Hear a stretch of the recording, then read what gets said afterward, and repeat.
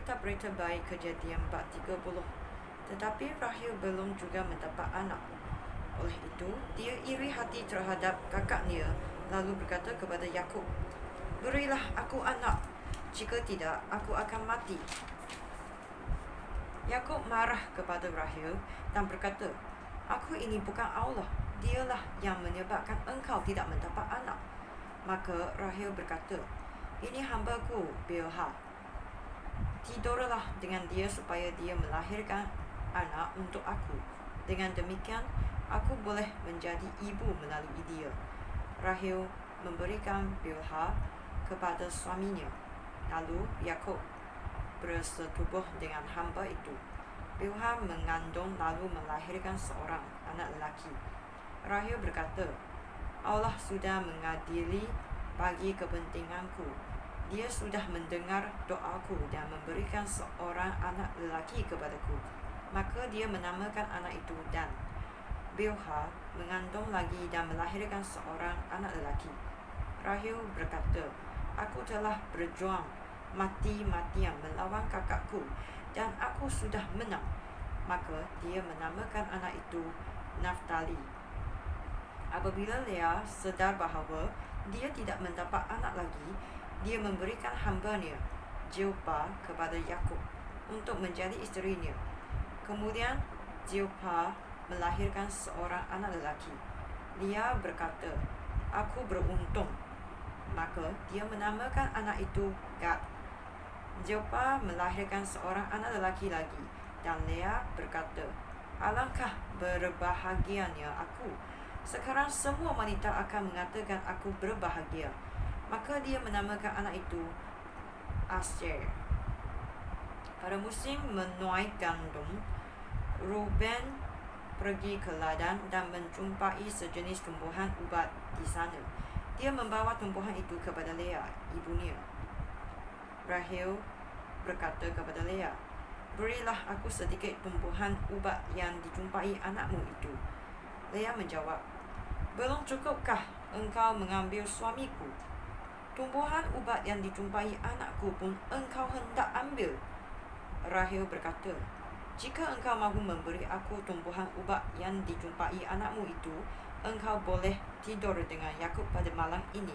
Apabila Yakub pulang ke rumah dari ladang pada petang itu, Lea menyambutnya sambil berkata, "Engkau mesti tidur bersama-samaku malam ini, kerana aku sudah membayarnya dengan tumbuhan ubat yang dijumpai anakku." Oleh itu, Yakub bersetubuh dengan Lea pada malam itu.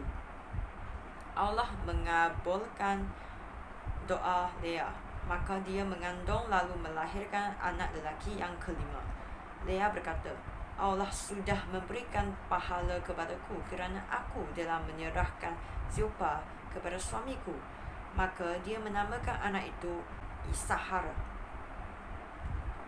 Lea mengandung lagi dan melahirkan anak lelaki yang keenam. Dia berkata, "Allah sudah mengurniakan hadiah yang indah sekali kepadaku. Sekarang suamiku akan menghargai aku kerana aku sudah melahirkan 6 orang anak lelaki." Maka dia menamakan anak itu Zebulon. Selepas itu, Lea melahirkan seorang anak perempuan yang dinamakannya Dina. Kemudian Allah ingat akan Rahel. Allah mengabulkan doanya dan membolehkan dia melahirkan anak. Rahel mengandung lalu melahirkan seorang anak lelaki. Rahel berkata, "Allah sudah menghapuskan keaibanku.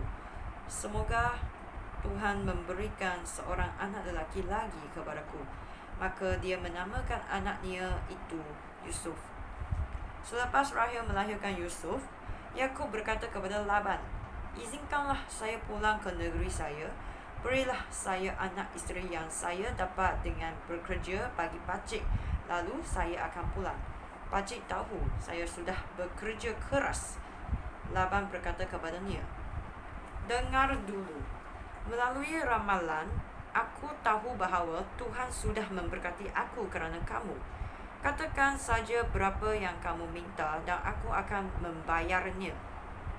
Yakub menjawab, Pacik sendiri tahu bahawa saya sudah bekerja keras dan ternakan pacik bertambah banyak di bawah jagaan saya. Sebelum saya datang, harta milik pacik tidak seberapa. Tetapi sekarang pacik sudah kaya. Tuhan sudah memberkati pacik kerana saya.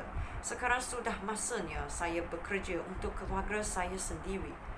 Laban berkata, "Jika demikian, apa yang harus aku berikan kepadamu?" Yakub menjawab, "Tidak usah pacik berikan apa-apa. Saya akan tetap memelihara ternakan pacik, asal pacik setuju dengan cadangan saya ini. Izinkan saya berjalan antara semua kawanan kambing dan domba pacik pada hari ini dan mengambil setiap anak domba yang hitam dan juga setiap kambing muda yang belang atau berpintik-pintik. Itu saja upah yang saya minta. Pada masa yang akan datang, pacik akan tahu dengan mudah sama ada saya berlalu jujur atau tidak.